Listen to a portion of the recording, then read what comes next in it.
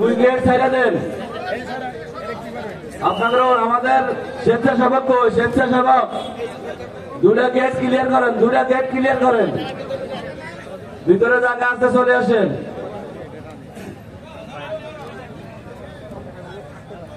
এখন আমাদের সামনে পবিত্র কোরআন থেকে তাফসীর পেশ করবেন।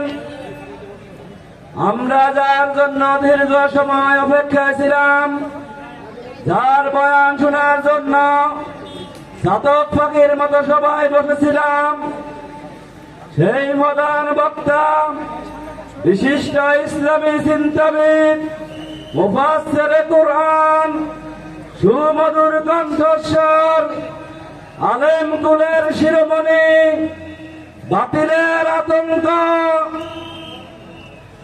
হাফেজ কারি মাওলানা আব্দুর রহিম আল মাদানী, হাফেজ কারি মাওলানা আব্দুর রহিম আল মাদানী, ঘটি ফুটবাজার কেন্দ্রীয় জামে মসজিদ গাজীপুর। হযরতকে ওনার মূল্যবান বক্তব্য তাফসীর পেশ করার জন্য মসজিদ কমিটির পক্ষ থেকে অনুরোধ করছি।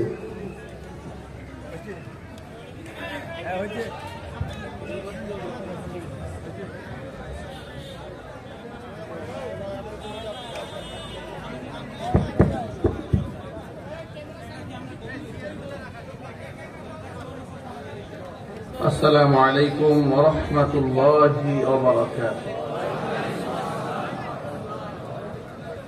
প্রিয় ভাই, আপনারা কেমন আছেন? আলহামদুলিল্লাহ। দেশ দ্বিতীয়বারের মতো স্বাধীন হয়েছে। স্বাধীনতার সুবর্ণ জয়ন্তী বিগত জীবনে তো আলেমদের পালন করার সুযোগ হয় নাই। এখন আলেমরা প্রতিদিন স্বাধীনতা দিবস পালন করছে, ঠিক কিনা বলেন? যেমন আলেমরা স্বাধীনতা ভোগ করছে, তেমন এদেশের সাধারণ ধর্মপ্রাণ মুসলমান তারা স্বাধীনতা ভোগ করছে। সবচেয়ে বড় স্বাধীনতা হচ্ছে বাক স্বাধীনতা। আমরা কথা বলার স্বাধীনতা হারিয়ে ফেলেছিলাম, অন্যায়ের প্রতিবাদের স্বাধীনতা হারিয়ে ফেলেছিলাম, ভিন্ন মতামত ব্যক্ত করার অধিকার হারিয়ে ফেলেছিলাম। অন্যায়ের প্রতিবাদ করলেই জঙ্গিবাদের ট্যাগ, মৌলবাদ, রাজাকার, আল বদর, আল শামস, টেরোরিস্ট এ ধরনের তকমা দিয়ে দিয়ে আমাদের দমানোর চেষ্টা করা হয়েছিল। রাজাকার রাজাকার বলে এদেশের আলেমদের সাথে সারা জীবন যারা খেলেছে, ওরাই জাতির কাছে শ্রেষ্ঠ রাজাকার হিসেবে আজকে পরিচিত হয়েছে। সুতরাং আল্লাহ পাক আমাদের সুযোগ দিয়েছেন, আমরা এখন স্বাধীনভাবে তাফসীর করার সুযোগ পেয়েছি। সকলকে মনে রাখা উচিত, সত্যকে কোনোদিন মিথ্যা দিয়ে ধামা চাপা দিয়ে রাখা যায় না। সত্য একদিন মাথা উঁচু করে দাঁড়ায়, আর মিথ্যা পরাজিত হয়। মিথ্যার আস্ফালন খুব সাময়িক, আর সত্যের বিজয় নিশ্চিত। সুতরাং দীর্ঘদিন পরে আজকে আমরা পুরা মনে আল্লাহর কোরআন থেকে তাফসীর পেশ করতে যাচ্ছি ইনশাআল্লাহ। আল্লাহ পাক যেন স্বাধীনভাবে কোরআন সুন্নাহ থেকে ফায়দামান উপকারী কথাগুলো আপনাদের সামনে উপস্থাপন করার তৌফিক দান করেন। সেই অনুযায়ী সকলে যেন আমরা আমল করতে পারি, সেই তৌফিক আল্লাহ পাক আমাদেরকে দান করুন। আমি আলোচনা শুরু করার প্রারম্ভে অত্যন্ত বিনয়ের সাথে অনুরোধ জানাচ্ছি, আমার অনেক ভাইরা এখানে দাঁড়িয়ে আছেন, তাদের তো দাঁড়িয়ে থাকতে কষ্ট হচ্ছে। বিশেষ করে আমি যদি ভাইদের চেহারা দেখতে পেতাম আমার কাছে খুব ভালো লাগতো, ঠিক কিনা ভাই? ভাইরা কি একটু সুন্দর করে বসা যায় না? ইনশাল্লাহ বসেন, বসেন। অনেক জায়গা সামনে, অনেক জায়গা আছে, কারণ আপনার দাঁড়িয়ে থাকতে কষ্ট হবে। কতক্ষণ দাঁড়িয়ে থাকবেন? পা ব্যথা করবে, বিরক্ত লাগবে, শয়তান ওয়াসওয়াসা দেবে, নানাবিধ সমস্যা হবে। আমি অত্যন্ত বিনয়ের সাথে আপনাদের কাছে আর্জি করছি, মেহেরবানি করে আপনারা সকলে প্যান্ডেলে ঢুকে যান। মেহেরবানি করে, বিশাল প্যান্ডেল, বিরাট জায়গা আছে সামনে, আলহামদুলিল্লাহ যথেষ্ট জায়গা আছে সামনে। আপনারা মেহেরবানি করে মোহাম্মদের সাথে বসে পড়েন। আলোচনা শুরু করার আগে আমি আমার মেজাজ সম্পর্কে আপনাদেরকে একটু বলে দিচ্ছি। তাফসীর মাহফিলের আলোচক এবং শ্রোতা সম্পর্ক উস্তাদ এবং ছাত্রের মতো, ছাত্রীদের মতো। ক্লাসে যদি ছাত্র উস্তাদের সাথে কানেক্টেড না থাকে, উস্তাদের সাথে যদি বিচ্ছিন্ন হয়ে যায়, তাহলে মূল কথা হারিয়ে যায়, পয়েন্ট হারিয়ে যাবে। এই জন্য আমরা ধারাবাহিক কথাবার্তা বললে আপনাদের সহযোগিতাও একান্ত কাম্য। আমরা চাই এই বিশাল প্যান্ডেল, বিরাট আয়োজন, আর আপনাদের সারাদিন আপনারা পরিশ্রম করেছেন। এখানে যারা বসে আছেন বেশিরভাগ মানুষ শারীরিক পরিশ্রম করে এসছেন। বেশিরভাগ সারাদিন ক্লান্ত থাকার পরে, পরিশ্রান্ত থাকার পরে আপনারা রাতের বেলায় বিশ্রামের দরকার ছিল, কিন্তু বিশ্রাম না নিয়ে কোরআনের ময়দানে যেহেতু বসেই পড়েছেন, এই বসাটা সার্থক হোক, এটা কি আপনারা চান না? কারা কারা চান? দু হাত দেখতে চাই। বসাটা সার্থক হয়ে যা, কারা কারা চান? আল্লাহ তুমি আমাদেরকে সহজ করে দাও, আল্লাহ এই মাহফিলকে তুমি কবুল করে নাও। সকলে একটু জুড়ে বলুন আল্লাহুম্মা আমিন। হাত নামা। আলহামদুলিল্লাহ আলহামদুলিল্লাহ নাহমাদুহু ওয়া নাস্তাঈনুহু ওয়া নাস্তাগফিরুহু ওয়া নু'মিনু বিহি ওয়া নাতাওয়াক্কালু আলাইহি ওয়া নাউযু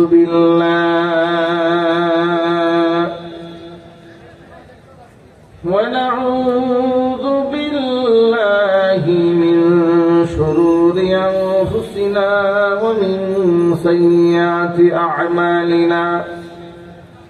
من يهده الله فلا مضل له ومن يضلله فلا هادي له ونشهد أن لا إله إلا الله وحده لا شريك له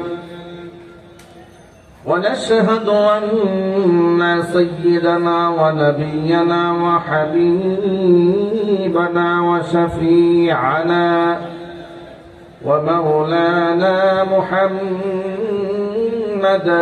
عبده ورسوله الذي أرسله بالحق بشيرا ونذيرا وداعيا إلى الله بإذنه وسراجا منيرا. أما بعد فأعوذ بالله من الشيطان الرجيم. بسم الله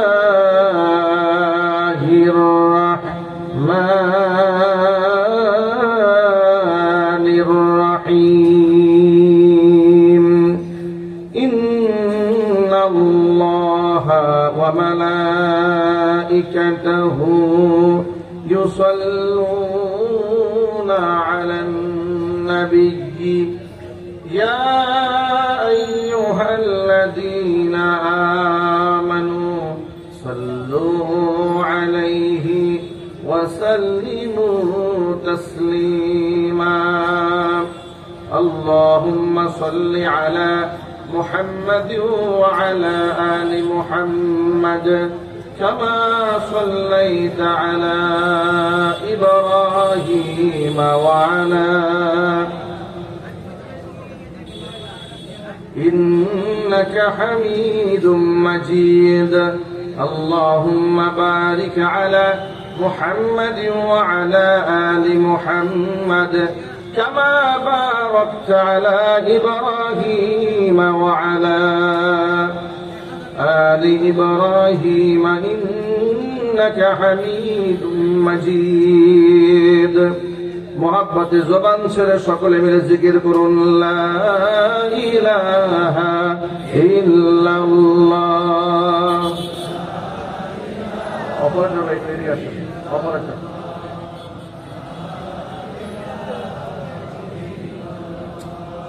لا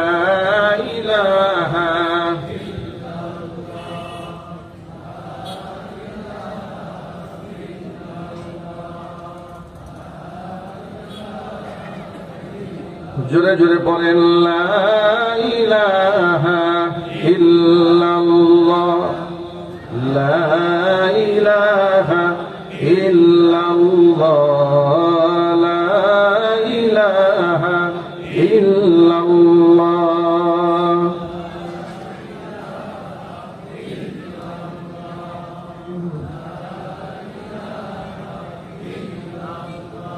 লা ইলাহা ইল্লাল্লাহ মুহাম্মাদুর রাসূলুল্লাহ সাল্লাল্লাহু আলাইহি ওয়াসাল্লাম।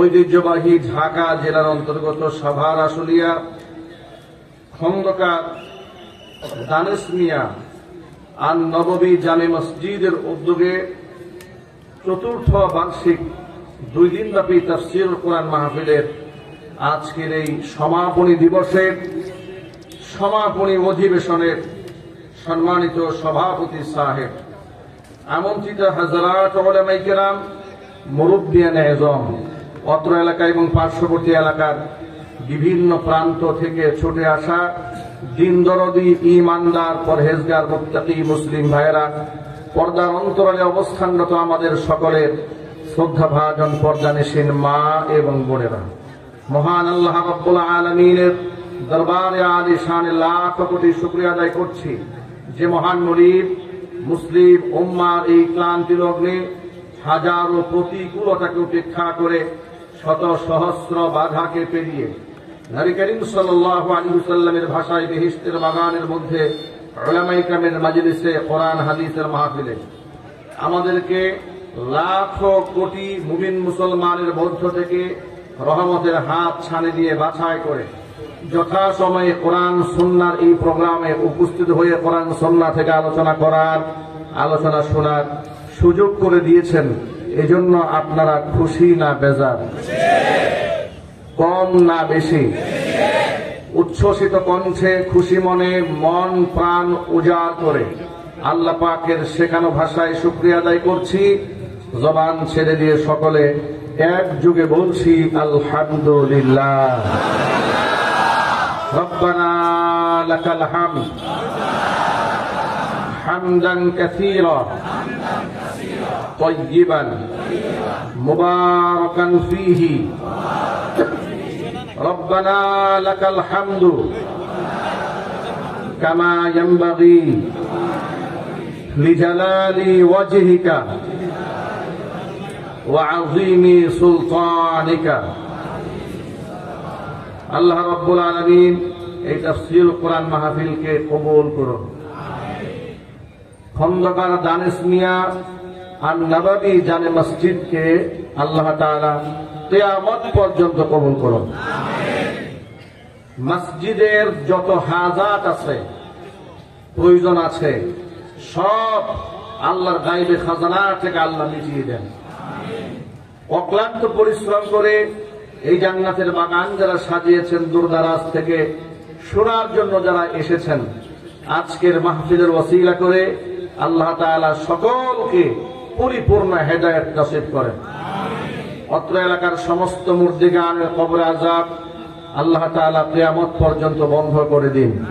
কাল হাসরের কঠিন ময়দানে আয়োজন আল্লাহ পাক আমাদের সকলের নাজাতের জরিয়া হিসেবে কবুল করুন। এক বাক্যে জবাব দিয়ে বলতে হবে, হেদায়েত দেওয়ার মালিককে আল্লাহ।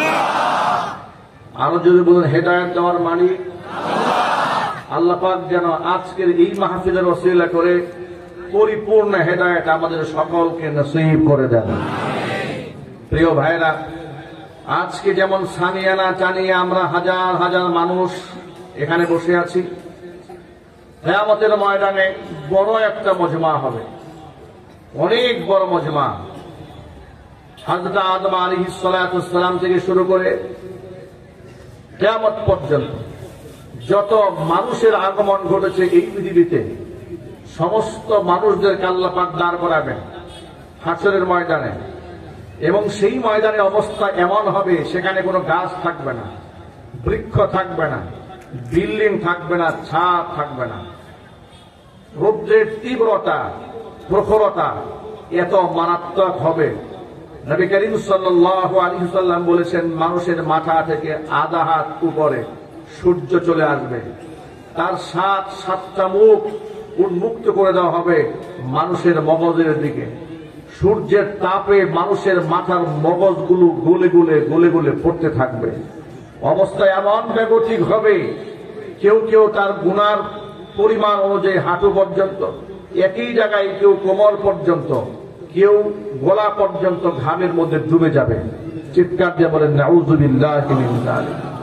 এমন ভয়াবহ অবস্থা, সমস্ত মানুষগুলো সেদিন উলঙ্গ রবের সামনে, কারো গায়ে কোনো জামা কাপড় নেই। আল্লাহর সামনে আল্লাহ পাক মানুষকে দাঁড় করাবেন। কোরআনের ভাষায় আল্লাহ বলছেন, ওয়াউরিদু আলা রাব্বিকা সাফফা লাকাদ জিইতুমুনা কামা খালাকনাকুম আওয়ালা মাররা بل زعمتم أن لن نجعل لكم موعدا। কাতারে কাতারে রবের সামনে মানুষকে দাঁড় করানো হবে। রবের পক্ষ থেকে ঘোষণা করে বলা হবে, লাকাদ জিতুমুনা কামা খালাকনাকুম আউয়ালা মাররা, তোমরা তো আজকে আমার সামনে এসেছো এমন অবস্থায় যেভাবে আমি তোমাদেরকে প্রথমবার সৃষ্টি করেছিলাম। বাল জাআমতুম, বরং তোমরা দৃঢ় ধারণা করেই বসেছিলে, আল্লাহ নাজআলা লাকুম মাওঈদা, আমি তোমাদের জন্য ওয়াদার কোন দিবস আমি তোমাদের জন্য রাখি নাই। হাদিস শরীফের মধ্যে বর্ণনায় পাওয়া যায়, আল্লাহ নবী যখন বললেন কিয়ামতে কারো গায়ে কোনো জামা কাপড় থাকবে না, উম্মুল মুমিনিন মা ঈশা সিদ্দিকা রাদিয়াল্লাহু তাআলা আনহা নবীজিকে ডাক দিয়ে বলেন, হে রাসূল, আমরাও কি উলঙ্গ থাকবো নাকি? নবীজি বলেন, হ্যাঁ, কারো গায়ে কোনো জামা থাকবে না। মা ঈশা জানতে চাইলেন, হে রাসূল, আমাদের কি লজ্জা হবে না? আমাদের কি শরম হবে না? আল্লাহর হাবিব বললেন, সেদিন এমন ভয়াবহ অবস্থা হবে, কার গায়ে জামা আছে আর কার গায়ে জামা নাই দেখার তো সময় থাকবে না। মানুষ ভীত সন্ত্রস্ত হয়ে আত্মহারা হয়ে এত চিৎকার করতে থাকবে, ইয়া নাফসি ইয়া নাফসি বলে কান্নায় ভেঙে পড়বে। কার গায়ে পোশাক আছে আর কার গায়ে নাই দেখার তো কারো কোনো সময় নাই। মজার ব্যাপার হলো, এমন বিভীষিকাময় মুহূর্তের মধ্যে আল্লাহ রাব্বুল আলামিন একজন ব্যক্তির গায়ে সর্বপ্রথম জান্নাতের পোশাক পরাবেন। সবার আগে জান্নাতের পোশাক যার গায়ে উঠিয়ে দিয়ে আল্লাহ পাক সম্মানিত করবেন, তিনি হচ্ছেন আমাদের জাতির পিতা। নাম কি? আরো জোরে। এই কথাটি কয়েকদিন আগে মাথা উঁচা করে আলেমরা বলতে সাহস পায় নাই। জাতির পিতা ইব্রাহিম আলাইহিস সালাতু ওয়াস সালাম এ কথা বলতে অনেকেই ভয় পেত। তার কারণ স্বৈরাচারীর আমলে জোর করে কোন এক ব্যক্তিকে জাতির পিতা হিসেবে এমন ভাবে চাপিয়ে দেওয়া হয়েছিল, বাধ্যতামূলক গোটা জাতি তার প্রতি পূজা না করা ছাড়া কোনো উপায় ছিল না। টাকার মধ্যে ছবি, ব্রিজের মধ্যে ছবি, এয়ারপোর্টে ছবি, মার্কেটের সামনে ছবি, হসপিটালের সামনে ছবি, পার্লামেন্টে ছবি, শিক্ষাঙ্গনে ছবি, এমনকি মাদ্রাসার অফিসের মধ্যে ছবি টাঙায় রাখা বাধ্যতামূলক করে দিয়েছিল। কথা বলেন, আরো জোরে বলেন। শুধু কি তাই, রাস্তার মোড়ে মোড়ে বিগত ১৬টা বছর ধরে এতগুলা মূর্তি ভাস্কর্য তারা দাঁড় করিয়ে দিয়েছিল।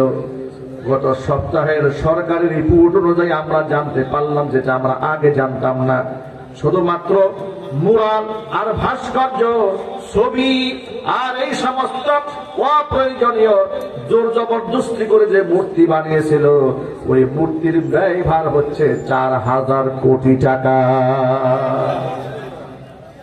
এই টাকাটা কার? একটু জুড়ে বলেন না আপনারা। যারা জোর করে মূর্তি বানিয়েছিল ভাস্কর্যের নামে, এই টাকাগুলা কি ওদের বাবার টাকা? তাদের টাকা। এই টাকা এই দেশের জনগণের টাকা। এই জনগণের কাছ থেকে টাকার হিসাব দিতে হবে, কথা বলতে হবে, ঠিক কি না?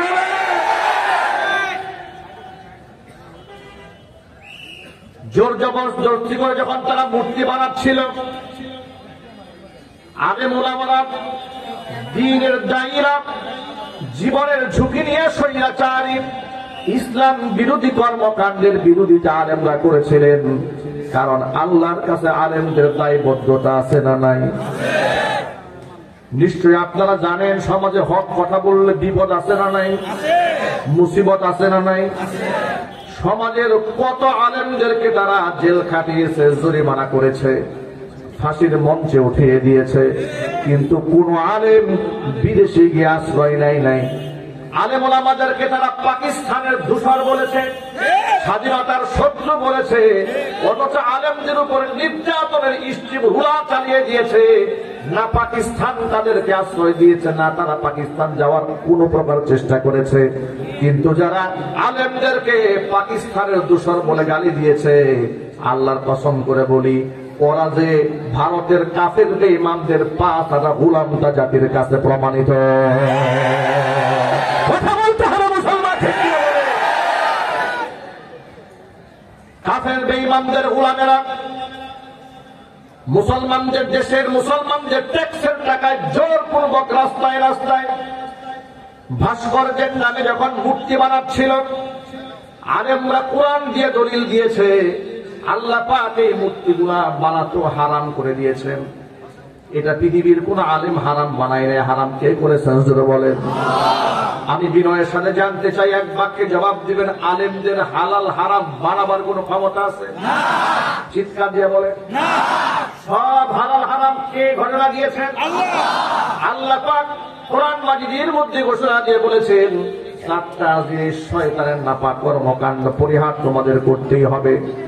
আল্লাহর ভাষায় শোনায় আল্লাহ বলছেন, ইয়া আইয়ুহাল্লাযীনা আমানু ইন্নামাল খামরু ওয়াল মাইসিরু ওয়াল আনসাবু ওয়াল আজলামু রিজসুম মিন আমালিশ শাইতান ফাজতানিবুহু লাআল্লাকুম তুফলিহুন। সূরা মাইদা আল্লাহ দ্ব্যর্থহীন ভাষায় বলেছেন, ও ঈমানদাররা কান খুলে শোনো, 4টা জিনিস তোমাদের পরিহার করতেই হবে। এগুলা শয়তানের নাপাক কর্মকাণ্ড। 1 নাম্বার হচ্ছে ইন্নামাল খামরু, নিশ্চয়ই মদ। জোরে বলেন কি? 2 নাম্বার হচ্ছে ওয়াল মাইসির, মানে জুয়া। জোরে বলুন কি? 3 নাম্বার হচ্ছে ওয়াল আনসাব, মূর্তি। জোরে বলুন কি? 4 নাম্বার হচ্ছে ওয়াল আজলাম, ভাগ্য নির্ধারণকারী তীর। এই 4টি জিনিস হচ্ছে রিজসুম মিন আমালিশ শাইতান, শয়তানের নাপাক কর্মকাণ্ড। ফাজতানিবুহু, এটা পরিহার করতে হবে।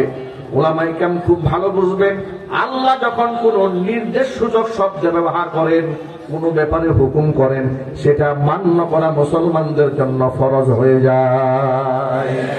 আল্লাহ বললেন ফাজতানিবুহু, এগুলা পরিহার করতেই হবে তোমাদের। করলে কি হবে?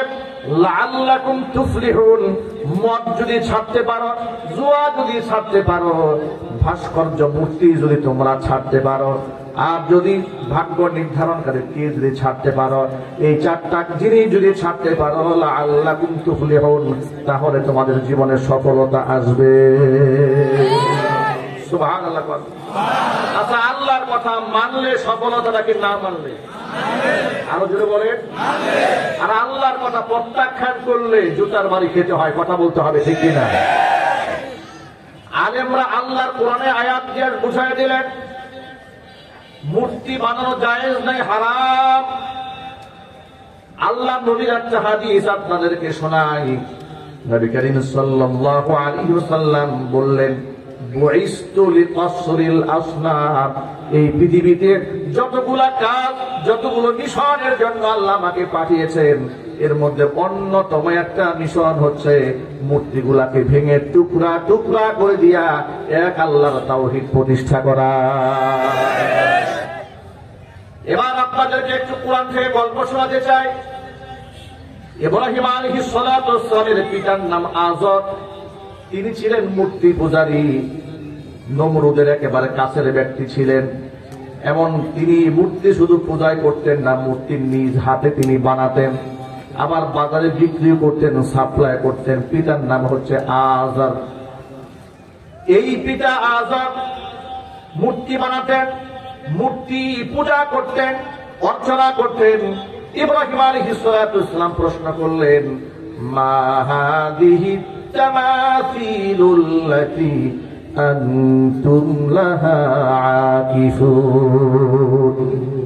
কিসের এই সমস্ত ভাস্কর্য যেগুলার পূজা অর্চনা আপনারা করেন? তারা বলল, ক্বালু ওয়াজাদনা আবাআনা লাহা আবিদিন। তাদের জবাব ছিল একটা, আমাদের বাপ দাদারা এগুলার পূজা করত, সেই জন্য আমরাও পূজা করি। ইব্রাহিম আলাইহিস সালাতু ওয়াস সালাম যুক্তি দিয়া বুঝালেন, তর্কের মাধ্যমে বুঝালেন, বুদ্ধিভিত্তিক ভাবে বুঝালেন। কোন বুঝ তারা যখন নিতে চায় না, তখন তিনি একটা কৌশল অবলম্বন করলেন। এলাকার মানুষ যখন মেলায় গেছে, ইব্রাহিম আলাইহিস সালাতু ওয়াস সালাম মেলায় যান নাই কেন? তিনি একটা কৌশল অবলম্বন করে জাতিকে বুঝাই দিবেন যে মূর্তির ব্যর্থতা, মূর্তির অসারতা। ইব্রাহিম আলাইহিস সালাতু ওয়াস সালাম তার আত্মীয় স্বজন যখন সকলেই মেলায় চলে গেল, তিনি চলে গেলেন মন্দিরের মধ্যে গিয়া দেখলেন অনেকগুলা মূর্তি দাঁড়ায় আছে। ইব্রাহিম আলাইহিস সালাতু ওয়াস সালাম দেখতে পেলেন মূর্তির সামনে অনেকগুলো খাবার দেওয়া। এবার মূর্তিকে ডাক দিয়ে বলে, ব্যাপারটা কি ব্যাপার? মা লাকুম লা তাআকুলুন। আল্লাহু আকবার বলেন। আচ্ছা আপনারা বলেন তো, যে ইতিহাস কোরআনে লেখা আছে কি ভুল হওয়ার সম্ভাবনা? আরো চিৎকার দিয়ে বলেন। সন্দেহ যদি করে ঈমান থাকবে। আল্লাহ রাব্বুল আলামিন কোরআন মাজিদের সূরা সাফাতের মধ্যে স্পষ্ট করে বলে দিয়েছেন, আমার খলিল ইব্রাহিম মূর্তির সামনে দাঁড়িয়ে বলছে, মা লাকুম, কি ব্যাপার, কি হয়েছে? লা তাকুল, খাবার খাও না কেন? এত খাবার সামনে দেওয়া। খাবার তো খাই না। মূর্তি কোনো কথাও বলে না। মেজাজ আরো খারাপ হয়ে গেছে। বলে, ব্যাপারটা কি? মা লাকুম লা তানতিকুন। খাবার খাও না বুঝলাম, হয়তো একটু আগে খেয়েছো বা পেট ভরা। কিছু তো আজকে একটা বলতে হবে। কিছুই বলবে না, খাবার খাবেও না, কোনো জবাবও দেবে না, তাও হবে না। এই কুরআন নিয়ে আসছে, আজকে একটা ইস্পার উস্পার ফয়সালা হবে। আল্লাহু আকবার। এখন আপনারা বলেন, মূর্তির কথা বলার ক্ষমতা আছে? মূর্তি জবাব দেওয়ার ক্ষমতা আছে? খাবার গ্রহণ করার ক্ষমতা আছে? জবাব দেওয়ার ক্ষমতা নাই, কথা বলার ক্ষমতা নাই, মুখের কোনো ভাষা নাই। এমন অকর্মণ্য নিজের হাতে তৈরি করা দেবদেবীর সামনে মানুষ কেন সাহায্য চায়? এই কোরআন মাজিদে আল্লাহ তাআলা তার বান্দাদেরকে কত সুন্দর করে নসিহতের ভাষায় বলেছেন, ইন্নাল্লাযীনা তাদউনা মিন দুনিল্লাহি লান ইয়াখলুকু দুবাবান ওয়া লাউ ইজতামাউ লাহু। আমি আল্লাহকে বাদ দিয়ে যে সমস্ত দেবদেবীর পূজা অর্চনা তোমরা করো, কেন তোমরা ওই সমস্ত মাটির তৈরি, পাথরের তৈরি মূর্তির কাছে কেন তোমরা সাহায্য চাও? লাইয়া খুলুকু দুবাবা, যারা সকলে একত্রিত হয়ে একটা মাছি পর্যন্ত বানাতে সক্ষম হবে না। কথা বলেছি কিনা? সব পৃথিবীর মূর্তি যা আছে সবগুলা মিলে একটা মাছি বানাবার ক্ষমতা আছে? চিৎকার দিয়ে বলেন। আল্লাহ পাকে কথাটি বিশ্লেষণ করে সূরা হজ্জের মধ্যে 17 নম্বর পারা হিফজ কোরআন মাজিদের একেবারে শেষ পৃষ্ঠার মধ্যে বর্ণনা করে বলে দিয়েছেন। আল্লাহ বলেন, তাহলে একটা মশা মাছি বানাতে পারে না। শুধু কি তাই, ওয়া ইয়াসলুবুহুমুয যুবাবু শাইআন লা ইস্তানকিদুহু মিনহু, যদি তার চোখের সামনে থেকে এতগুলো খাবার আছে, মশা মাছি যদি খাবারগুলো ছিনাইয়াও নিয়ে যায়, এতগুলো হাতের মধ্য থেকে একটা হাত দিয়া মশা মাছির কাছ থেকে খাবারটা রক্ষা করার মতো যোগ্যতা ওদের নাই।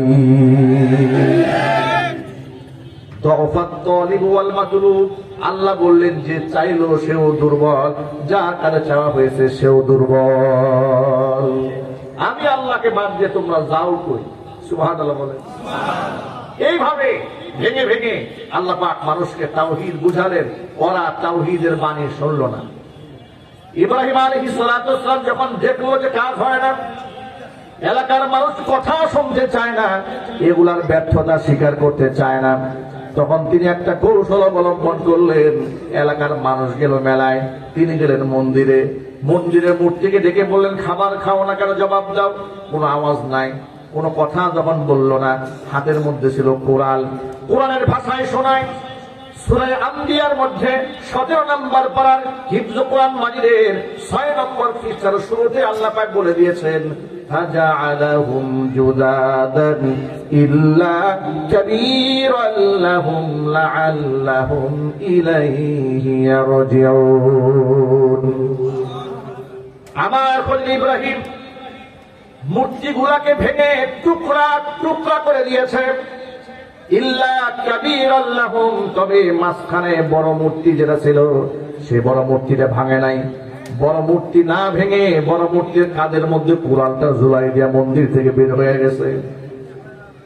বড় মূর্তির কাঁধের উপরে কোরআন ঝুলিয়ে মন্দির থেকে যখন বের হয়ে গেল, এলাকার লোকেরা মেলা শেষ করে যখন বাড়ির উদ্দেশ্যে রওনা হয়েছে, তারা মনে মনে ভাবলেন, মেলা থেকে কত সুস্বাদু খাবার কিনলাম, ভগবানকে যদি খাবার একটু না খাওয়াই তাহলে তো বেবরকত হবে।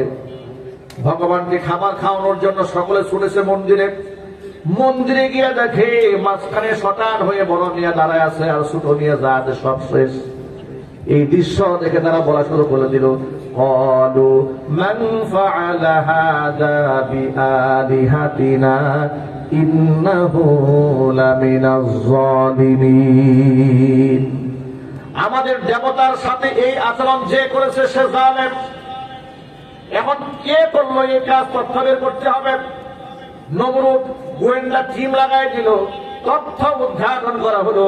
এলাকার মানুষ বলল, আমাদের দৃঢ় বিশ্বাস এই কাম ইব্রাহিম ছাড়া কেউ করে নাই, কারণ আমরা দেখেছি শিশুকাল থেকে এই ছেলেটা আমাদের দেবদেবীর সমালোচনা করে, সুতরাং তাকে ছাড়া এই কেউ কাজ করতে পারে না। নমরুদের সামনে গিয়ে তারা স্টেটমেন্ট দিল, ক্বালু সামি'না ফাতান ইয়াযকুরুহুম ইউকালু লাহু ইব্রাহিম। একটা বালক আছে, যেই তরুণটা সব সময় এই দেবদেবীর গুলো সমালোচনা করেছে, আমাদের দৃঢ় বিশ্বাস সে ছাড়া দেবদেবীর সাথে এমন খারাপ আচরণ কেউ করতে পারে না। নমরুদ বলল, বলে তাই নাকি? বলে হ্যাঁ। তো ইব্রাহিম চাকে? বলে ইব্রাহিম আমার আপনার মন্ত্রীর ছেলে। বলে আমার কোন মন্ত্রী? বলে আপনার একেবারে সবচেয়ে ঘনিষ্ঠ মন্ত্রীর নাম কি? বলে আজর। আজরকে ডাক দিয়া নমরুদ বলছে, ব্যাপারটা কি? তোমার সন্তান নাকি? ইব্রাহিম বলে হ্যাঁ। জাহাপনা, কথা তো সত্য। বলে তোমার সন্তান কি এ ধরনের হতে পারে? বলে জাহাপনা, কি বলবো আপনার কাছে, জন্মের পর থেকে এই ছেলেটা জীবনে কোনদিন মূর্তিকে শ্রদ্ধা করে না। সুবহানাল্লাহ কি বাড়ি গিয়ে বললেন? আরে বাবা, তিনি তো জাতির পিতা হবেন, তাওহীদ প্রতিষ্ঠার উপকার হবেন। চিল্লায় বলেন আল্লাহু আকবার। তিনি তো মূর্তির সামনে মাথা নত করতে পারেন না। বাবা আযর নমরুদের সামনে স্বীকার করেছে, শিশুকাল থেকেই ও এগুলার সমালোচনা করে, এগুলার অসারতা নিয়ে কথাবার্তা বলে। বলে তাই নাকি? বলে হ্যাঁ। তো আজকে তাকে হাজির করা হোক, তার বিচার হবে, জনসম্মুখে তার বিচার হবে, কেন সে দেবদেবীর সাথে এই আচরণ করেছে। অপমান করা হবে, অপমানিত করা হবে, লাঞ্ছিত করা হবে। আপনাদের সকলের জ্ঞাতার্থে আমি জিজ্ঞেস করতে চাই, প্রমাণ দিবেন আপনারা? এক বাক্যে বলেন, ইজ্জত দেওয়ার মালিককে? আল্লাহ পাক যদি কাউকে সম্মান দিতে চান, পৃথিবীর কোন জালেম কি তাকে অসম্মানিত করতে পারে না? এই দেশে ফেরাউন নমরুদ যদি নাও থাকে, কিন্তু ফেরাউন এবং নমরুদের নাতিপুতি আছে না নাই? আবু জেহেলের নাতিপুতিরা আছে না নাই? যারা এই কোরআনকে ব্যান করতে চায়, কোরআনের আইন পছন্দ হয় না, দাড়ি পছন্দ হয় না, টুপি পছন্দ হয় না, মহিলাদের পর্দা পছন্দ হয় না, মসজিদ মাদ্রাসা পছন্দ হয় না, আল্লাহর কসম করে বলি ওরা ফেরাউন, আবু জেহেল আর নমরুদের নাতিপুতি ছাড়া আর কেউ হতে পারে না।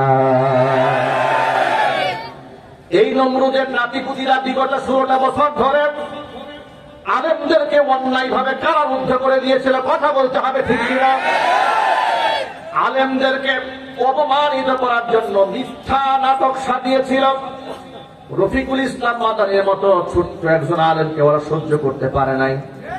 দিদিতে ডেকে নিয়ে গায়ের জামা কাপড় খুলে প্যান্ট শার্ট পরিয়ে হাতের মধ্যে সিগারেট ধরিয়ে অর্ধনগ্ন উলঙ্গ মহিলার পাশে বসিয়ে তারা ফটোগ্রাফি করে পরিকল্পনা করেছিল ইন্টারনেটে ছেড়ে দিয়া জাতির সামনে প্রমাণ করবে আলেমের চরিত্র ভালো নয়। নাউযুবিল্লাহি মিন যালিক। যে হাউন আঙ্কেলের নেতৃত্বে এই কুকর্ম সম্পাদিত হয়েছিল, আল্লাহ রাব্বুল আলামিন 1 মাসও যায় নাই, কিছুদিনের ব্যবধানে আল্লাহ পাক তারে জাতির সামনে ল্যাংটা করে ছেড়ে দিয়েছে।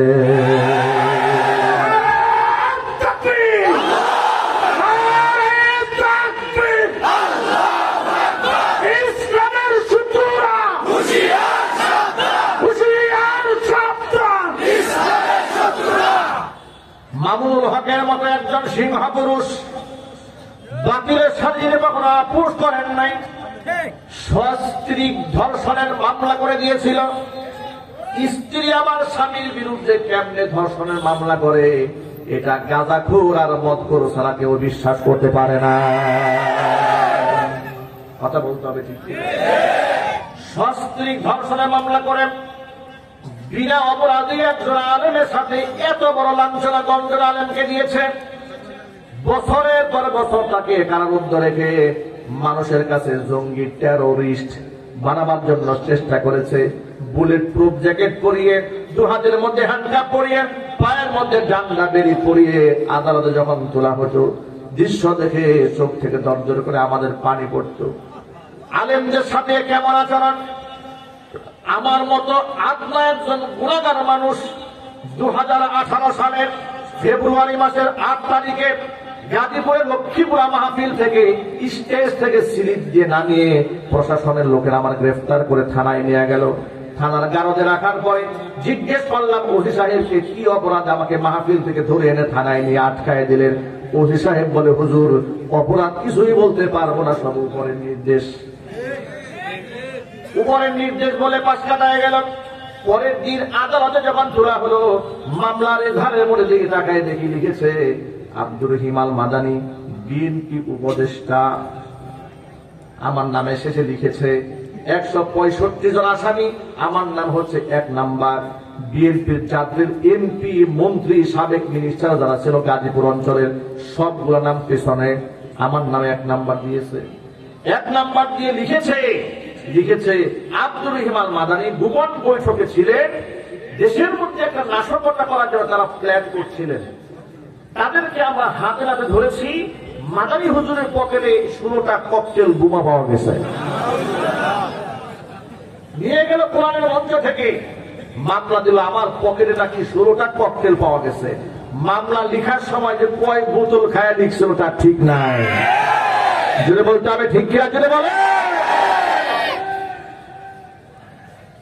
এইভাবে একাধিক মামলা দিয়ে আমাদের উপর চর্চা করেছে।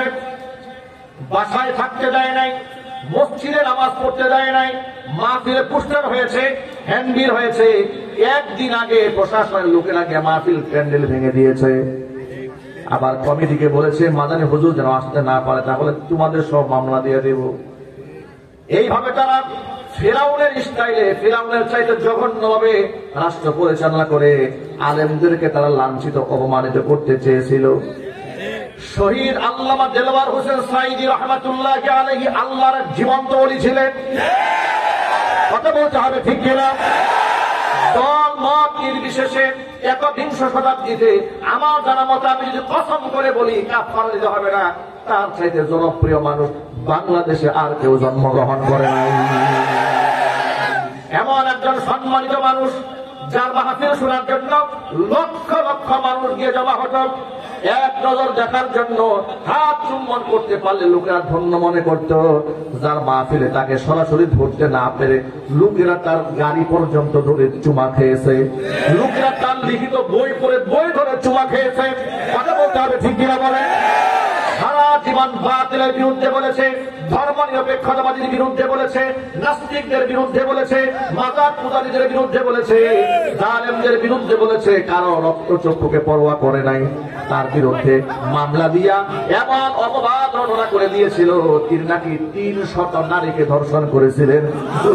নাউজুবিল্লাহ। সুখরঞ্জন বাণীর ভাইকে নাকি তিনি হিটিয়ে হত্যা করেছিলেন। অথচ সুখরঞ্জন বাণী নিজে বলেছেন, আমি হিন্দু মানুষ হলে কি হবে, একজন আলেমের ব্যাপারে আমি মিথ্যা কথা বলতে পারবো না। এই জন্য সুখরঞ্জন বাণীকে আদালত প্রাঙ্গণের সামনে থেকে গুম করে তাকে ভারতের সীমানায় গিয়ে দিয়ে আসছিল। এত কিছু করার পরেও সত্য কোনদিন মিথ্যা দিয়ে ধামা চাপা দিয়ে রাখা যায় না। জাতি ওদের ওই সমস্ত প্রপাগান্ডা বিশ্বাস করে নাই। আলেমদেরকে বেইজ্জত করার জন্য তারা শাহবাগের মধ্যে ইমরান এই সরকারের মতো নাস্তিকদের মাধ্যমে বিরাট মঞ্চ কায়েম করে মাসের পর মাস ঢাকা সিটির শাহবাগ চত্বরের গুরুত্বপূর্ণ ব্যস্ততাপূর্ণ জায়গাটাকে তারা ব্লক বানিয়ে দিয়েছিল। কিন্তু আপনারাই বলেন, ওরা যে আলেমদেরকে জঙ্গি বলল, রাজাকার বলল, নারী ধর্ষণকারী বলল, এত কিছু বলে দিল থেকে আলেমদের মোহাব্বত তারা সরাতে পেরেছিল? আরো জোরে বলেন। আলেমদের মোহাব্বত তো সরাতে পারে নাই। তার কারণ সরাতে তারা পারবে না কোনদিন। কুরআনে আল্লাহ পাকের ওয়াদা আছে, ইয়ারফাইল্লাহু আল্লাযীনা আমানু মিনকুম ওয়াল্লাযীনা উতুল ইলমা দারাজাত। ইমানদারদের সম্মান আনলে আমি আল্লাহ পাক বৃদ্ধি করে দেব। যাদের ইলম দান করা হয়েছে, যারা আলেম, তাদের মর্তবা আমি আল্লাহ পাক বাড়াই দেব। ওয়াদাটা কার? আরো জোরে বলেন, ওয়াদা কার? আল্লাহ পাক কি মিথ্যা ওয়াদা করেন? আল্লাহ যে সত্যবাদী আর কে হতে পারে? ওয়ামান আসদাকু মিনাল্লাহি কিলা। আল্লাহর ওয়াদা সত্য। এই সমস্ত জুলুমগুলো আমরা যখন দেখতাম আমরা বড় আফসোস করতাম। কুরআন মাজিদের ওই আয়াতটা মনে পড়তো, ওয়াসায়ালামুল লাযীনা যালামু আইয়া মুনকালাবিন কালিবুন। জালেমরা অচিরেই জানতে পারবে তাদের শেষ গন্তব্য কোথায়। ঠিক কিনা বলেন? এখন আপনারা বলেন, তারা চেয়েছিল আলেমদেরকে অপমান করতে, লাঞ্ছিত করতে, বেইজ্জত করতে। কি অপরাধ ছিল আলেমদের? আলেমরা কি এই দেশের টাকা বিদেশে পাচার করেছে? হত্যা করেছে? খুন করেছে? ধর্ষণ করেছে? বিগত 16 বছরে সরকারি হিসাব অনুযায়ী বর্তমানের সরকার জাতির সামনে বলেছে 16 বছরে তারা 93 বিলিয়ন মার্কিন ডলার দেশ থেকে বিদেশ পাচার করেছে। ওরা বিদেশে বেগম পাড়া বানিয়েছে। ওদের অ্যাকাউন্টে হাজার হাজার লক্ষ লক্ষ কোটি টাকা পাওয়া যায়। আমার প্রশ্ন হলো যে আলেমরা রাষ্ট্রদ্রোহিতা করলো না, খুন করলো না, ধর্ষণ করলো না, এদেশের ক্ষয়ক্ষতি হয়, রাষ্ট্রের ইজ্জত নষ্ট হয়, এমন কোন কাজ তো আলেমরা করেনি। বরং আলেমরা চেষ্টা করেছে জীবনের ঝুঁকি নিয়ে এদেশের মানুষের পাশে দাঁড়াতে। কথা বলেন ঠিক কিনা? এদেশের মানুষের ঈমান সংরক্ষণের জন্য আলেমরা জীবন দিয়েছে। এদেশের মানুষের যখন চরম সংকটাপূর্ণ মুহূর্তে পড়েছে, জীবনের ঝুঁকি নিয়ে সবার আগে আলেমরাই দৌড়ায় গেছে। একটা প্রমাণ আপনাদেরকে দেই। করোনাকালীন সময়ে লাশগুলা যখন কেউ ধরছিল না, কেউ স্পর্শ করছিল না, 71 টেলিভিশন থেকে বলা হলো, যেহেতু করোনা রোগে আক্রান্ত হয়ে মানুষ মারা গেলে ধরা যায় না, লাশগুলাকে আগুন দিয়ে পুড়াই দেওয়া হোক। বলা হয় নাই? বলা হয় নাই? আলেমরা কি বললেন শোনেন না? মুসলমানের লাশ কোনদিন আগুনে পুড়তে পারে না। মুসলমানের লাশের সম্মান আছে না নাই? ইজ্জত আছে না নাই? লাশ পোড়ানো যাবে না। আলেমরা ঝুঁকি নিয়া নিজেরা করোনা রোগে আক্রান্ত লাশগুলাকে নিজ হাতে গোসল করিয়েছে, কাফন পরিয়েছে, কবরে মাদফন করেছে, সম্মানের সাথে দুনিয়া থেকে বিদায় করে দিয়েছে। এই জাতির ক্লান্তি লগ্নে শাহরিয়ার কবিরা এগিয়ে আসে নাই, মুনতাসির মামুনরা এগিয়ে আসে নাই, তুরিনা ফিরোজরা এগিয়ে আসে নাই, সাবেক বিচারপতি কালা মানিকরা এগিয়ে আসে নাই। কথা বলতে হবে ঠিক কিনা? বন্যা কবলিত মানুষের পাশে নাস্তিক বেঈমানরা এগিয়ে যায় নাই। সিলেটে বন্যা হলো, উত্তরবঙ্গে বন্যা হলো, এমনকি কুমিল্লা, নোয়াখালী, ফেনী অঞ্চলে যখন ভয়াবহ বন্যা কবলিত মানুষের পাশে সবচাইতে বড় অবদান রেখেছে আলেমরা। আর সুন্নাহ ফাউন্ডেশনের মাধ্যমে শেখ আহমদুল্লাহর নেতৃত্বে 1 সপ্তাহের ব্যবধানে এদেশের মানুষ আলেমদেরকে কত বিশ্বাস করে, 100 কোটি টাকার উপরে আলেমের হাতে লোকেরা টাকা দিয়েছে। জোরে কোন সুবহানাল্লাহ। বাম এবং রামেরা কোনদিন আলেমদের অবদান স্বীকার করে না। পত্র-পত্রিকা মিডিয়াতে আলেম দেখলে রাজাকার, আলেম দেখলে আলবদর, জঙ্গি, তালেবান, এগুলা রাষ্ট্রের বোঝা, এই ধরনের প্রোপাগান্ডা ছড়ানো ছাড়া আর কিছুই করা হয় নাই। আপনারা দেখেছেন একটা ফুটবল টিম মহিলারা খেলে আসছে নেপাল থেকে, 2-3টা দেশের সাথে খেলছে, ট্রফি একটা নিয়ে এসছে মহিলারা। ওরে বাপ রে বাপ, পত্র পত্রিকা গরম হয়ে গেছে। 7 খোলা বাসে রাষ্ট্রীয় সংবর্ধনা, 20 লক্ষ টাকা অনুদান ঘোষণা। কথা বলেন, জুড়ে বলেন। দেশ মাত্র কয়টা? 3-4টা দেশের সাথে খেলে তার অবস্থা এই হয়েছে।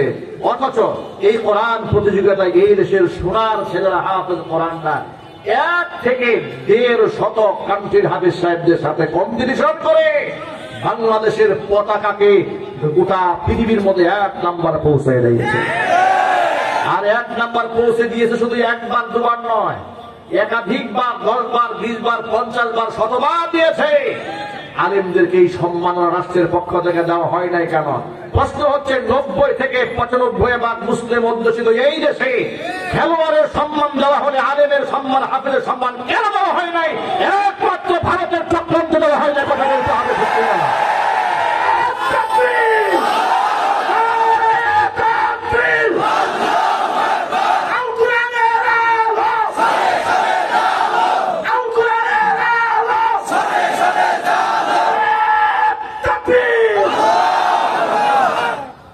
আপনারা বলেন, কোরআন প্রতিযোগিতায় যারা ফার্স্ট ক্লাস ফার্স্ট হয় রাষ্ট্রীয়ভাবে মুসলিম হিসেবে সম্মাননা দেওয়ার দরকার আছে না নাই? পক্ষে আছেন কারা কারা? তো হাত দেখি আমি।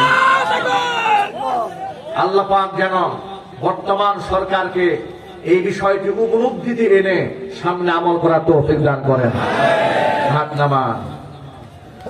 খেলোয়াড়দেরকে তারা অনেক কিছু দিয়েছে। কথা বলেন, অনেক কিছু দেয়নি। বলা হয় যে সাকিব আল হাসান, তারা বলে যে অলরাউন্ডার, বিশ্বে অলরাউন্ডার। সাকিবকে তৈরি করতে এ রাষ্ট্রের কত কোটি কোটি টাকা খরচ হয়েছে এটা কি আপনারা জানেন? সেই খবর তো আপনাদের কাছে নাই। তার পেছনে তার বেতন কত আন্দাজ আছে আপনাদের? একটা প্লেয়ারের বেতন কত?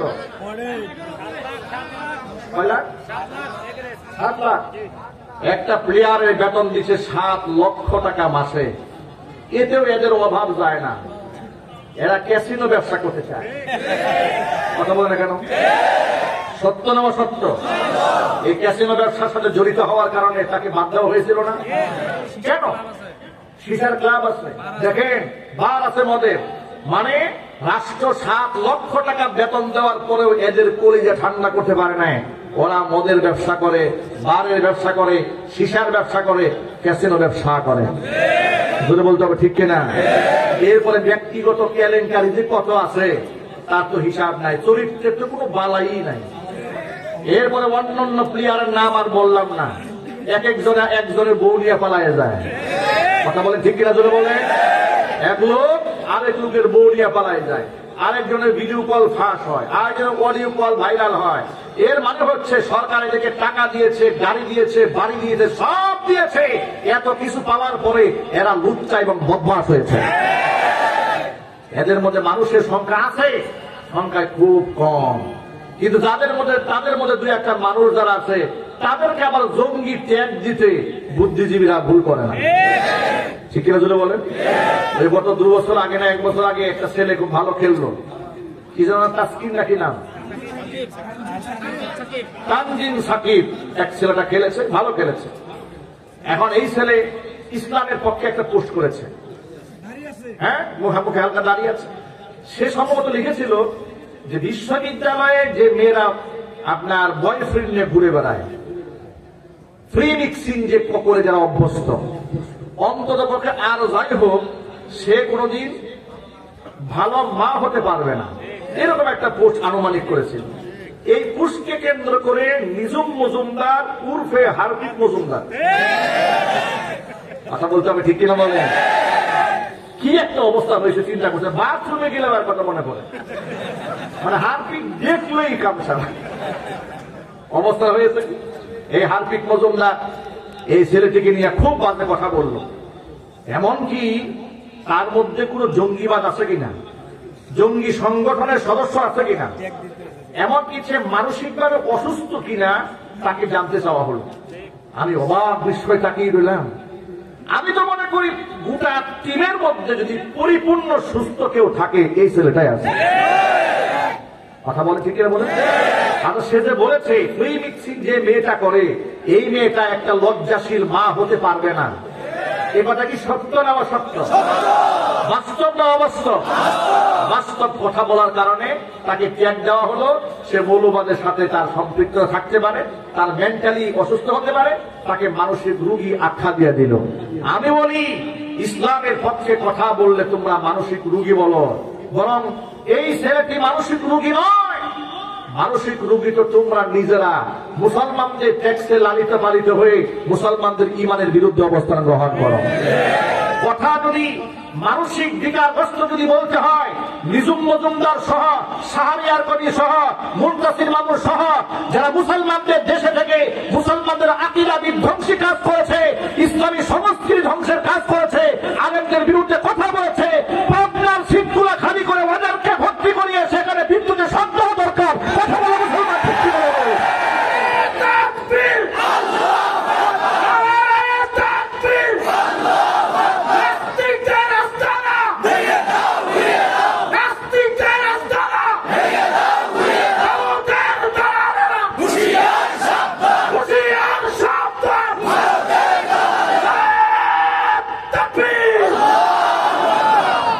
এর মানে হল রাষ্ট্র তাদেরকে অনেক কিছু দিয়েছে, বিনিময়ে তারা রাষ্ট্রকে দিয়েছে ঘোড়ার ডিম।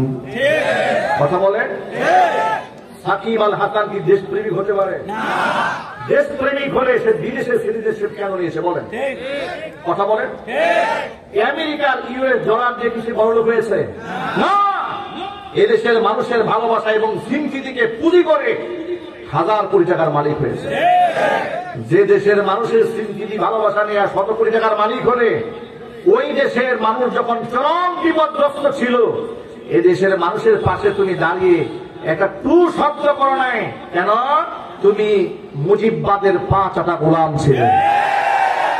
এদেশে আমার কলিজার টুকরা সন্তানদেরকে যখন পুলিশের বুলেট দিয়ে ঝাঁঝরা করে ফেলছিল, একটা সেকেন্ডের জন্য ছোট্ট 2টা লাইন লিখেও বলতে পারো নাই নিরীহ মানুষের মুখে এভাবে গুলি চালানো ঠিক হচ্ছে না, অন্যায়ের প্রতিবাদ জানায়, তুমি বলো নাই।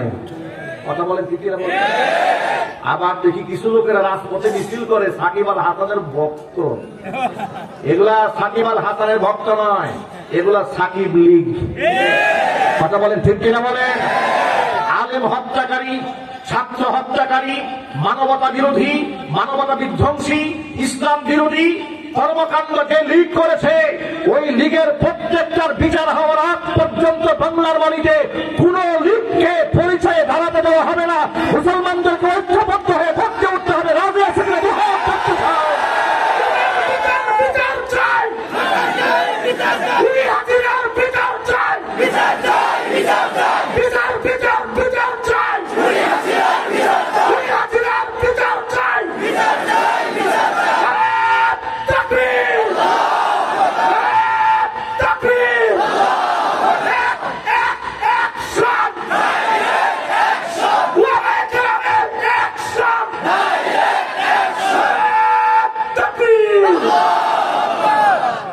আমার যুবক ভাইরা, এর মানে হল রাষ্ট্র তাদেরকে অনেক দিয়েছে, কিন্তু বিনিময়ে তারা রাষ্ট্রকে কিছুই দেয় নাই।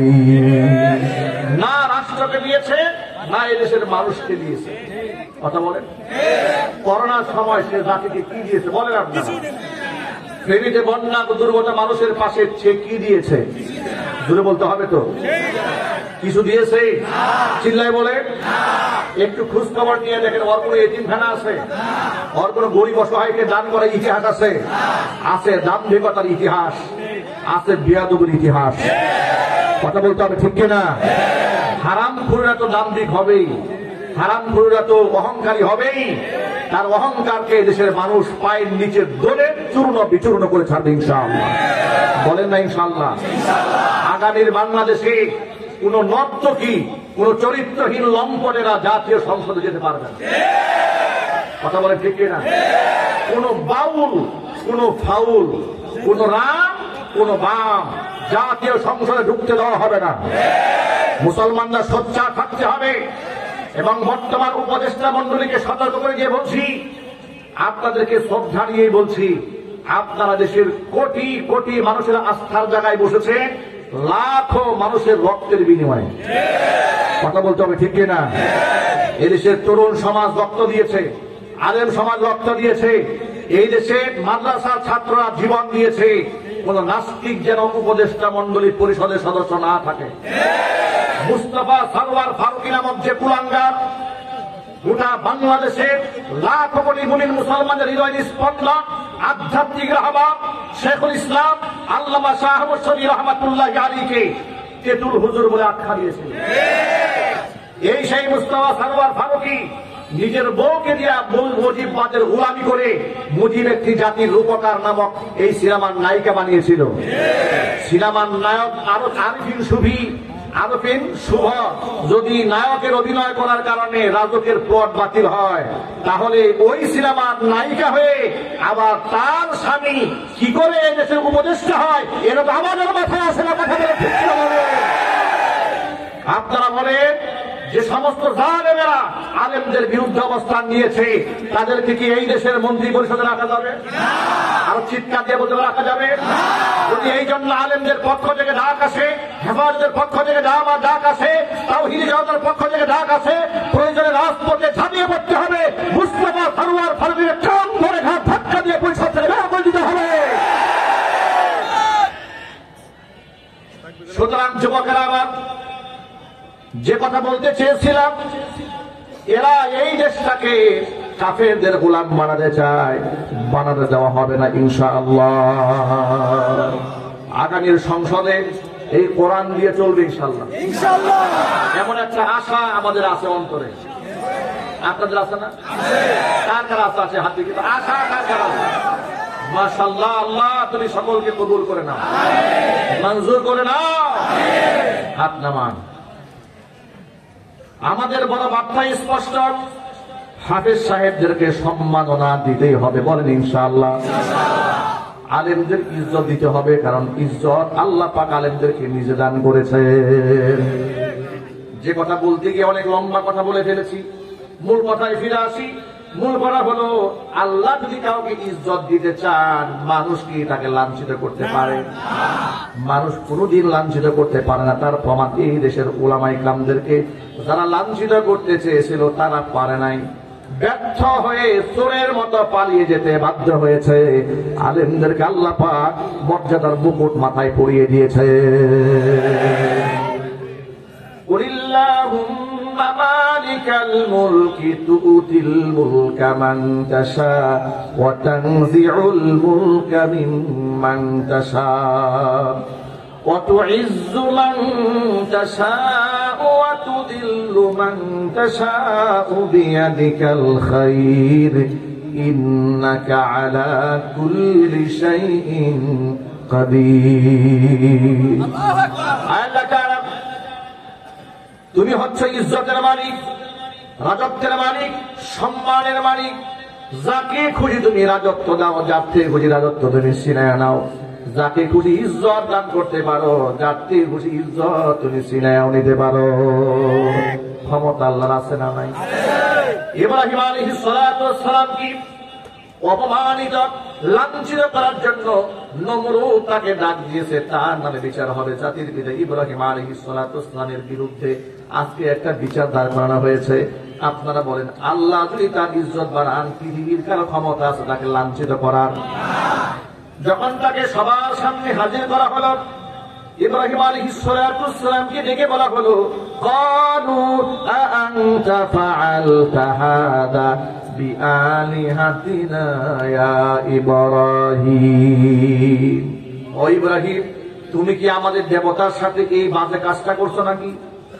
ইব্রাহিম আলাইহিস সালাম বলছেন, ক্বালা বাল ফাআলাহু কাবীরুহুম হাদা ফাসআলুহুম ইন কানু ইয়ানতিকুন।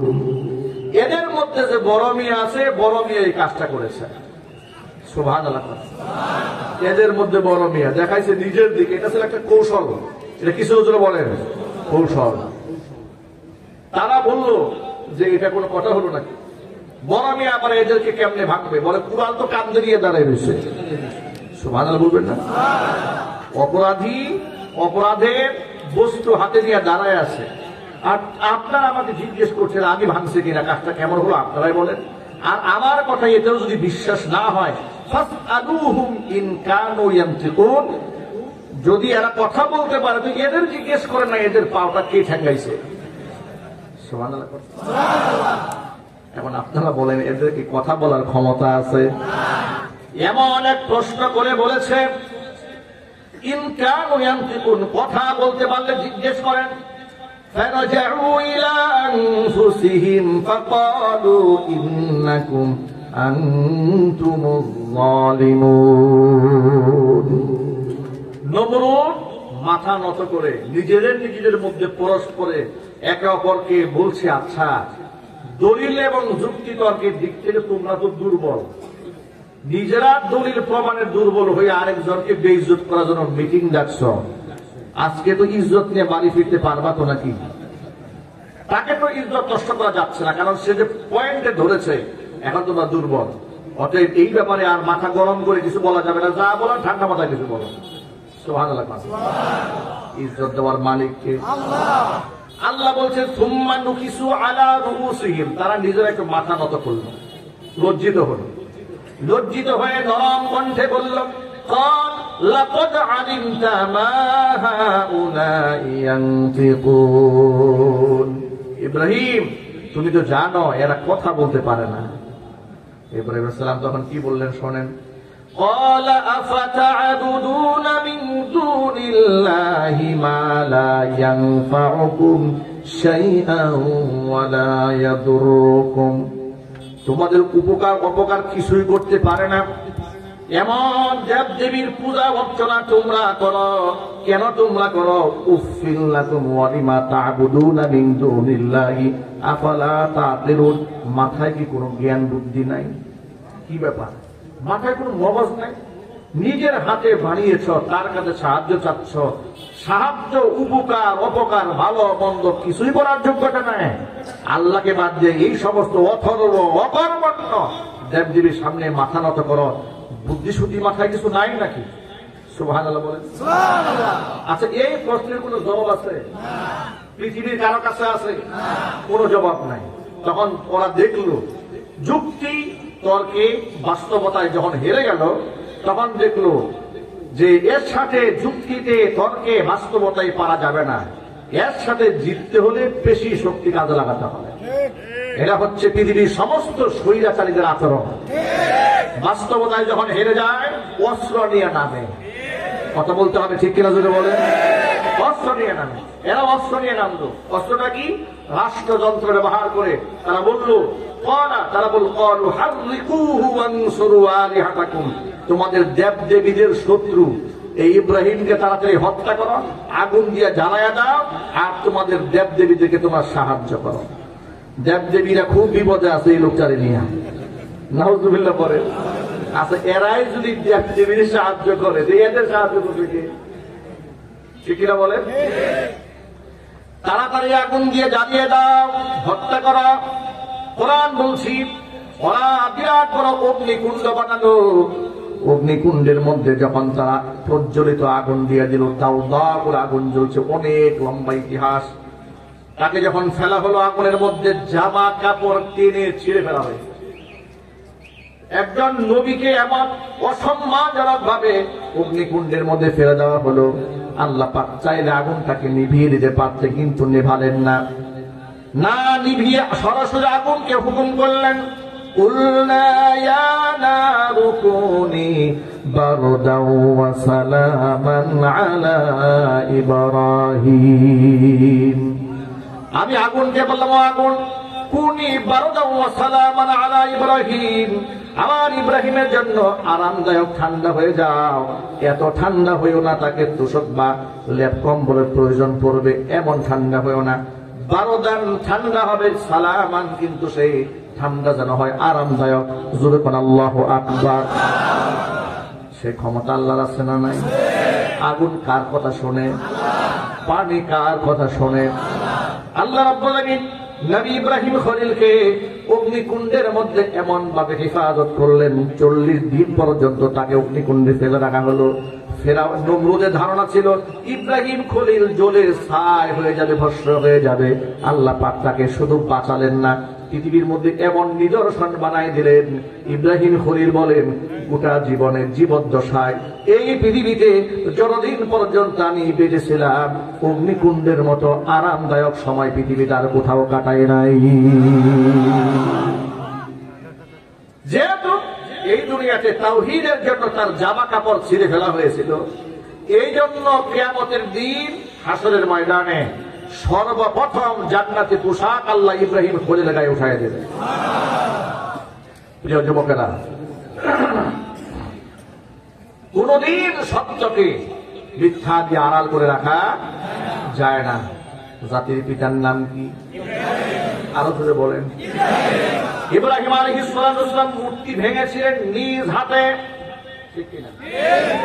এরপরে মক্কা বিজয়ের পরে আমার আপনার নবী দু জাহানের বাদশা রাহমাতুল লিল আলামিন নিজ হাতে কাবা চত্বরে, কাবা ঘরের ভিতরের মধ্যে 360খানা মূর্তি নিজে ভেঙে দিয়েছিলেন।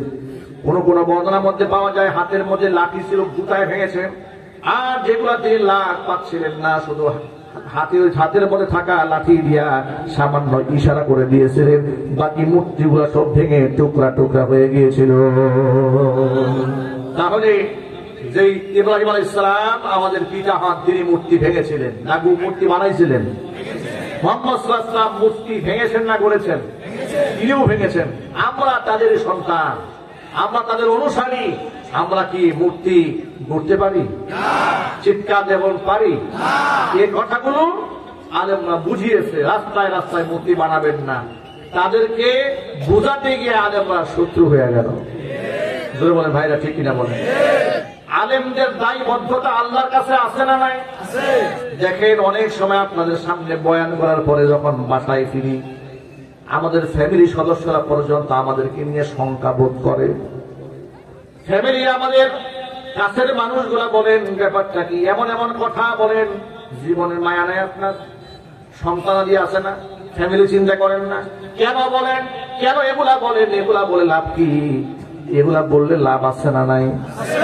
লাভ যে আছে, আপনাদেরকে ছোট্ট করে একটু বুঝাই দেই। আমার সামনে যারা বসে আছেন তারা অধিকাংশ মানুষ মাদ্রাসায় লেখাপড়া করেন নাই। মাদ্রাসায় লেখাপড়া না করেও আপনারা এই কথা ভালো করে জানেন, রাস্তায় রাস্তায় মূর্তি বানানো হালাল না হারাম। এই মেসেজটা জিবরাইল আপনাদেরকে এসে শিখাই দেওয়া যায় নাই, নিজেরাও কিতাব খুলে কোনোদিন পড়েন নাই, কিন্তু এই মেসেজটা আপনাদের কান পর্যন্ত পৌঁছে দিয়েছে এই দেশের উলামায়ে কেরাম। এই দেশের আলেমরা পৌঁছাতে সক্ষম হয়েছেন বিদায় দেশ স্বাধীন হওয়ার পরে 24 ঘন্টা সময় লাগে নাই, সোনার টুকরা ছেলেরা মূর্তিগুলার উপর পেশাব করে দিয়েছে, জুতার মালা পরিয়েছে, গলার মধ্যে রশি লাগিয়ে টেনে টেনে নামিয়েছে। কথা বলতে হবে, ঠিক কিনা বলে? প্রশ্ন হলো, যারা করলো তারা কি একজন আলেম? বলেন। আলেমরা তো স্বপ্ন দেখেছিলেন, মামুনুল হক বলেছিলেন না, যদি আমাদের সুযোগ হয় এগুলো আমরা একদিন ভাঙবো, বলছিলেন তো? কিন্তু সেই সুযোগ কি তিনি পেয়েছেন? তার সন্তানেরাই সব শেষ করে দিল। প্রশ্ন হলো, যারা আলেম নন তারা কেমনে বুঝলো যে এটা রাখা যাবে না? কে বুঝিয়েছে তাদেরকে? এই দেশের আলেমরা দাওয়াত পৌঁছে দিতে সক্ষম হয়েছে। আমরা যে জীবনের ঝুঁকি নিয়ে কথা বলি, এর দ্বারা আপনাদের ইমানের সবক হয়, এর দ্বারা শরীয়তের মেসেজ পৌঁছায়। কথা বলেন, ঠিক কিনা? যদি না পৌঁছায় কি হবে শোনেন। কোরআন বলেছি, ইন্নাল্লাযীনা ইয়াকতুমুনা মা আনজালনা মিনাল বায়িনাতি ওয়াল হুদা মিন বা'দি মা বায়্যানাহু লিন-নাসি ফিল কিতাব উলাইকা ইয়ালআনুহুমুল্লাহু ওয়া ইয়ালআনুহুমুল লাঈনুন। আল্লাহ পাক বলেছেন, কিতাবে যা নাযিল করেছি, যে হিদায়াত, যে সুস্পষ্ট বর্ণনা যা আমি আল্লাহ নাযিল করেছি, যারা মানুষের সামনে লুকায় রাখে, বলে না, ওই সমস্ত আলেমদের উপরে আমি আল্লাহর লানত আর গোটা জগৎবাসীদের লানত। জোরে জোরে কর নাউজুবিল্লাহ। সুতরাং হকপন্থী আলেম যারা আল্লাহর পথে চলে, আল্লাহর কথা বলে, তাদের কোনো ভয় আছে? জোরে বলে।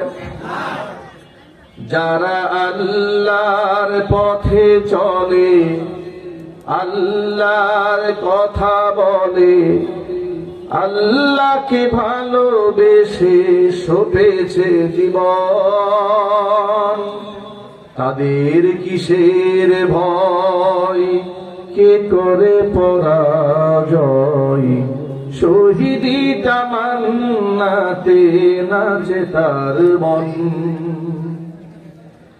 যারা আল্লাহর পথে চলে, আল্লাহর কথা বলে, আল্লাহকে ভালোবেসে সপেছে জীবন, তাদের কিসের ভয়, কে করে পরাজয়, শহীদি তামান্নাতে নাচে তার মন।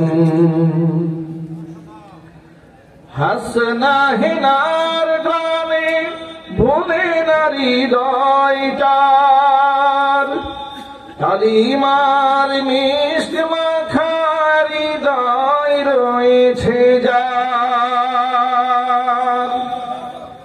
হাসনা হেনার গ্রামে ভুলে না হৃদয়টার, কালিমার মিষ্ট মাখা হৃদয় রয়েছে যার।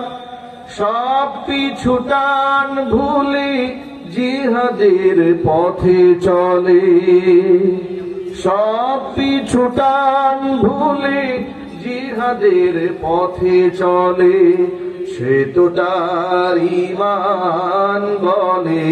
যারা আল্লাহর পথে চলে, আল্লাহর কথা বলে, আল্লাহকে ভালোবেসে সপেছে জীবন, তাদের কিসের ভয়, কে করে পরাজয়, শহীদি তামান্নাতে নাচে তার মন। ঠিক কিনা বলে? যারা আল্লাহর পথে চলে, আল্লাহর কথা বলে, শহীদি তামান্নাতে নাচে তার মন। আল্লাহ পাক যেন শাহাদাতের মর্যাদা আমাদের সকলকে দান করেন। সকলে চিৎকার দেবেন আল্লাহুম্মা আমিন। প্রিয় ভাইরা, দুনিয়া থেকে তো বিদায় হবই ইনশাআল্লাহ, তবে বিদায় হওয়ার আগে শিরিক মুক্ত ঈমান এবং বেদাত মুক্ত আমল নিয়ে বিদায় হতে হবে। বলে না ইনশাআল্লাহ? আমলে ঈমানে শিরিক রাখা যাবে, বেজাল রাখা যাবে। সন্তানাদি না হলে সাহায্য চাইবেন কার কাছে? ছেলে না হলে কার কাছে চাবেন? মেয়ে না হলে কার কাছে চাবেন? মাজারে সেজদা ঠুকরানো যাবে? মাজারে সাহায্য চাওয়া যাবে? আমি সারা বাংলাদেশ ঘুরে যখন দেখেছি, বাংলাদেশের অনেক মুসলমানেরা সন্তানাদি না হলে মাজারে চলে যায়। আমার লিখিত ছোট্ট একটা বই আছে রমজান কেন্দ্রিক, আধুনিক পদ্ধতি রমজানের মাসায়েল। এই বইয়ে রমজানে যত মাসআলা আছে রমজান কেন্দ্রিক সব প্রশ্নগুলোকে জমা করে উত্তরগুলো কোরআন, হাদিস, ফিকহের কিতাবের রেফারেন্স সহ আমরা উল্লেখ করার চেষ্টা করেছি। আলহামদুলিল্লাহ বলেন। উম্মতের হেদায়েতের জন্য আল্লাহ কিতাবখানা কবুল করেন। এই কিতাবের শেষ দিকে আমি সন্তানাদি না হলে কি আমল আছে শরীয়তে এটা লিখে দিয়েছি। অনেক ঋণে জর্জরিত, আমাদের কাছে দোয়া চায়। আমি বলি ভাই কিছু আমল আছে, কিছু দোয়া আছে, যে আমল করলে দোয়া করলে আল্লাহ ঋণের বোঝা হালকা বানিয়ে দেয়। সুবহানাল্লাহ। স্বামী স্ত্রীর মহব্বত নাই, কিছু আমল আছে যে আমল করলে স্বামী স্ত্রীর আল্লাহ মহব্বত বাড়িয়ে দেয়। সন্তান ছেলে হয় না, ছেলে হওয়ার আমল আছে, মেয়ে হওয়ার আমল আল্লাহর কাছে চাইবেন, কিন্তু কোন তরিকায় কোন পদ্ধতিতে চাবেন সারা দৃষ্টিকোণ থেকে কিতাবের মধ্যে আছে। যদি আপনাদের সুযোগ হয় মুনাজাত হওয়ার পরে আপনারা স্টেজে আমার খাদেমের কাছ থেকে কিতাবগুলো সংগ্রহ করতে পারবেন, মাত্র 100 টাকা হাদিয়া। আমাদের ড্রাইভার সাহেবের কাছে গাড়িতে আছে, রাস্তাতে গাড়ি আছে, তার কাছ থেকে সংগ্রহ করতে পারবেন। বইয়ের একেবারে লাস্টের কাভার পেজে আমার ব্যক্তিগত পার্সোনাল হোয়াটসঅ্যাপ মোবাইল নাম্বারটা দেওয়া আছে। এই ওজরে আপনারা ইনশাআল্লাহ এখানে এই নাম্বারে সরাসরি আমার সাথে কথা বলতে পারবেন। আল্লাহ তাআলা যেন উম্মার হেদায়েতের জন্য কিতাবখানা কবুল করেন। হুজুর বলেন আল্লাহুম্মা আমিন। আমি অন্তঃস্থল থেকে আমার এই মসজিদ কমিটির ভাইদের জন্য দোয়া করি। তারা এত সুন্দর একটা মসজিদ বিনির্মাণের সিদ্ধান্ত গ্রহণ করেছেন। মসজিদের ছবি অলরেডি এখানে দেওয়া আছে, এখানে দেওয়া আছে। এই তো মাশাআল্লাহ, আল্লাহু আকবার বলেন, আলহামদুলিল্লাহ বলেন। এত সুন্দর দৃষ্টিনন্দন মসজিদ বিনির্মাণের সিদ্ধান্ত যারা গ্রহণ করেছেন তাদের মনটা কত সুন্দর। সুবহানাল্লাহ বলেন। তাদের মনটা কত সুন্দর হলে এত সুন্দর মসজিদ বিনির্মাণের সিদ্ধান্ত তারা গ্রহণ করেছেন। আমি আপনাদেরকে আহ্বান জানাবো, নিশ্চয়ই আপনারা এই মসজিদের কাজে সম্পৃক্ত থাকবেন ইনশাআল্লাহ। পারবেন তো? আল্লাহ তাআলা যেন সকলকে কবুল করেন, মঞ্জুর করেন। সকলে জোরে বলেন আল্লাহুম্মা আমিন। সম্মানিত মেহমান, জুমার নামাজ ফরজ না ওয়াজিব বিধান জানতে চাই? অবশ্যই ফরজ। আযান, সুবহানাল্লাহ। এই এত রাতে কোন ওয়াক্তের আযান ভাই?